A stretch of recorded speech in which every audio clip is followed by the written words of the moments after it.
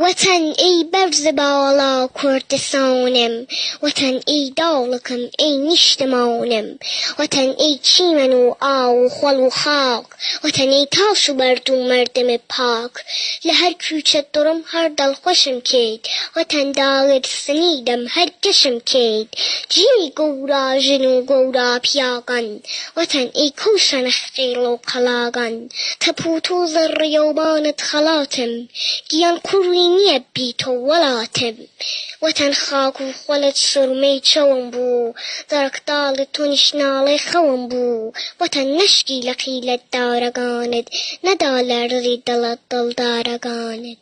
سەلام ئاوردم لە خاکە بیجار، ئەرەی بانە و سەکس هەر تا زریوار. سەلام ئاوردم پەڕە خوەروبەن، ئەرەی خزمەت سنە و پیشکەش دیولەن.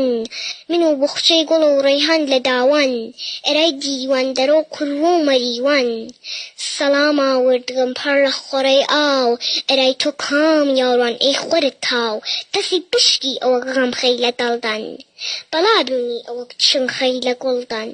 قەسەم وە ئەتر ئاو و خاکەگەی تۆ، قەسەم وە کوردستین و چاکەگەی تۆ، قەسەم وە مانگ و مەهدا و هسارەت، خۆشیکەم هەر لە سەی باڵا قەوارەت. مرم ڕۆژی ئەگەر ناوت نەمینی، لە بەخت و چیمەنت ئاوی نەمینی. مرم ڕۆژی ئەگەر گەل کوردەواری، کە زوو داما بمینن لە ئەژاوری. هەزاوری وەک مەکڕوان تاشەگانت، قەزای یێتێک لە خوێنە باشەگانت.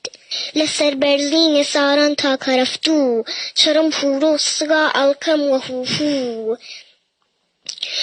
ئەوەک جافە و ئەوەک زازا سوکەن هۆرم، لە هەمزە ئار بابا لە کەلی خەن، لە بیساران و ئاگەر لە پەریشان، لە چلچشمە و پەلەنگان و کوچک سەر، کوێ و تاش و دڕکداڵت کەمە سەر.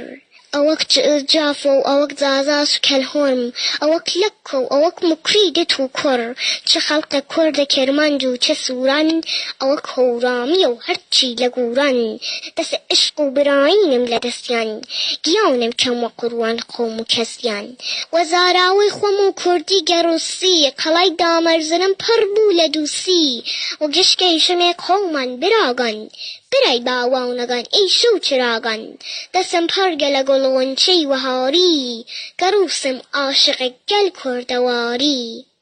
ئەی شێرە ئیسمی وەتەن بی، شاعریش ئاغای ڕەحیمی بی.